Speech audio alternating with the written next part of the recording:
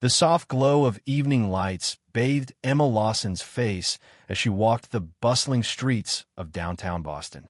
At 34, she exuded a quiet confidence earned through years of knowing who she was. Her beige cardigan and practical flats reflected not financial hardship, but intentional simplicity. Tonight carried special meaning.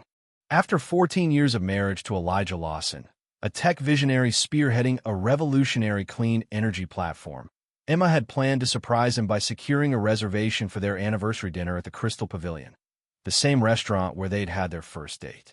Back then, Elijah had been a brilliant but struggling engineer and Emma an art teacher at a community center. Finishing her pottery class just in time, Emma hadn't changed from her clay-dusted jeans. The reservation was for next week. Today was merely a visit to secure it personally, knowing how competitive it was to book.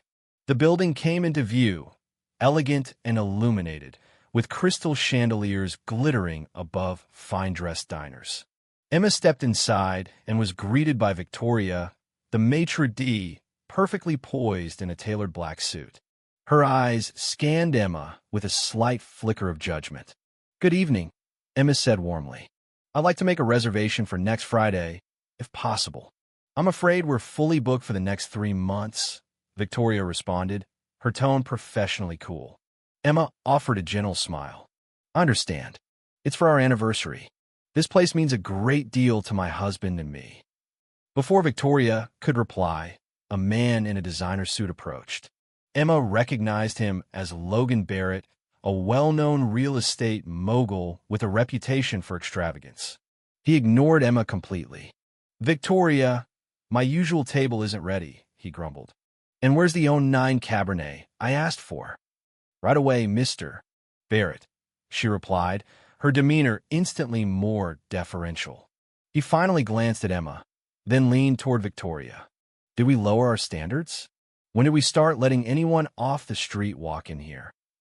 Emma flushed, but maintained composure. "As I was saying, I just hope to speak with the manager. Maybe there's a cancellation?" Barrett turned to her with disdain. "This isn't some coffee shop, lady. This is the pavilion. Dress like it." Emma lifted her chin. "I'm not trying to dine tonight. Just book a table." "Victoria, please handle this," Barrett said, waving her off. Emma remained poised. "I apologize for the interruption. As I was saying..." Victoria cut her off. "Madam, perhaps I wasn't clear. We don't have availability." Emma pulled out her wallet. "I can place a deposit." "It's not about deposits," Victoria replied curtly. "We cater to a certain clientele." Emma's eyes narrowed slightly. "And what defines that clientele?" "Perhaps you'd prefer one of the bistros down the street," Victoria offered with a tight smile. Barrett snickered from his table. "This isn't a soup kitchen." Emma turned to find the manager. A woman named Elaine approached. "Is there a problem here, Victoria?" "This woman was just leaving," Victoria said quickly. "Actually," Emma interjected, "I was requesting a reservation." "Madam," Elaine said coldly, "you're disturbing our guests. Please leave." Emma blinked. "I'm disturbing? I'm just..." Barrett again chimed in. "Some folks need to hear it twice." Elaine leaned in. "Leave voluntarily, or I'll have you escorted out." Emma stared in disbelief. "Is this how you treat all potential customers?" "We have the right to enforce standards," Elaine replied. Emma's voice stayed steady. "And those standards are based on attire." Elaine glanced at Barrett, who nodded. She called to Thomas, a young man by the door. "Escort this woman out." Thomas hesitated, clearly uncomfortable, but stepped forward. "Please, ma'am." Emma allowed herself to be led out. Behind her, Barrett sneered, "Some people are just too poor to fit in." At the door, Elaine muttered, "Our only mistake was letting you in." Outside, Emma pulled out her phone, ready to call Elijah. What she didn't know was that Elijah was already on his way, his sleek black Porsche purring around the corner. Inside, the restaurant resumed its rhythm. Victoria straightened her posture. Barrett relished the spectacle. Then the front door opened. In stepped Elijah Lawson, tall, composed, dressed in a midnight blue tuxedo. Eyes turned. "Good evening," Victoria said. "Do you have a reservation, sir?" "I'm here to meet my wife." "Your name, sir?" Lawson. Elijah Lawson. Victoria's face paled slightly. I don't see a reservation under. She came to make one, Elijah said. For our anniversary. She just stepped outside. Barrett watched, suddenly alert. Perhaps you could describe her? Victoria asked. Blonde, beige cardigan. Likely mentioned our anniversary. Realization dawned. Elijah stepped past her and opened the door for Emma. Everything all right? He asked. Not exactly, she replied. Elaine approached. Sir, is there an issue? Yes. I believe my wife was just asked to leave. Elaine faltered. We have certain standards. What standards prevent a person from making a reservation? Emma added, They told me I didn't belong here. Barrett spoke up again. She was disturbing the peace. Elijah turned to him. And you are? Logan Barrett, regular patron. And you felt entitled to comment on how my wife was treated? Barrett hesitated. Yes, Mr. Barrett, Elijah continued. My wife, Emma Lawson, co-founder of the Lawson Foundation, art therapist, board member of the Boston Children's Initiative. A hush fell. Emma touched Elijah's arm. Let's just go. No, Elijah said, because this isn't just about you. It's about anyone made to feel lesser because of assumptions. Elaine tried to intercede. Please, let us prepare a table. Too late, Elijah said.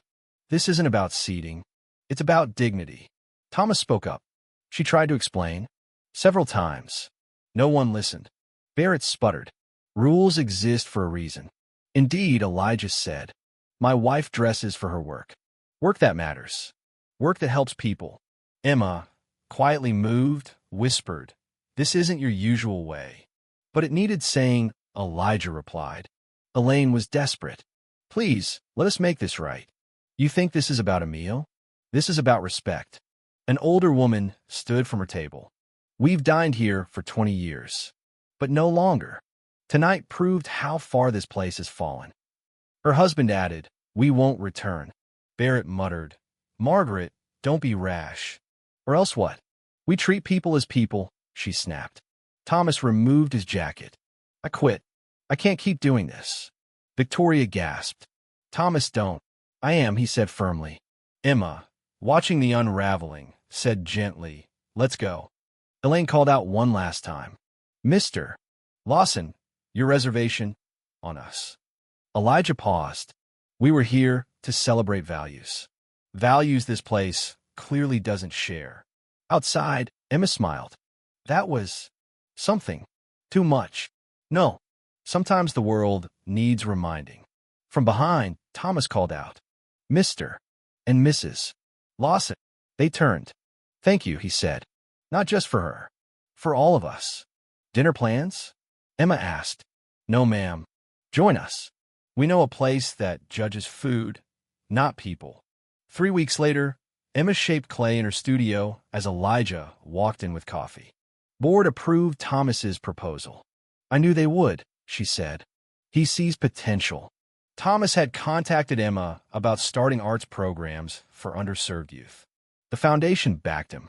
Victoria called again. Elijah added. Maybe we should talk to her, Emma said. Everyone can grow. Even after how she treated you. It's not about forgetting. It's about what we do next. That night, they dined at a humble community restaurant with a pay-what-you-can model. Real people. Real joy. Thomas introduced them to the founder, a former fine dining chef turned changemaker. What do you think? He asked. Perfect, Emma said. As they left, Elijah paid for everyone's meals quietly. Happy anniversary, he said. Do you remember telling me that real worth can't be bought?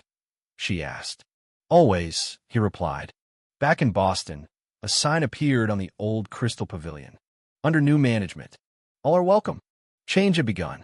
Not with grand gestures, but with a quiet truth. Worth isn't worn. It's lived.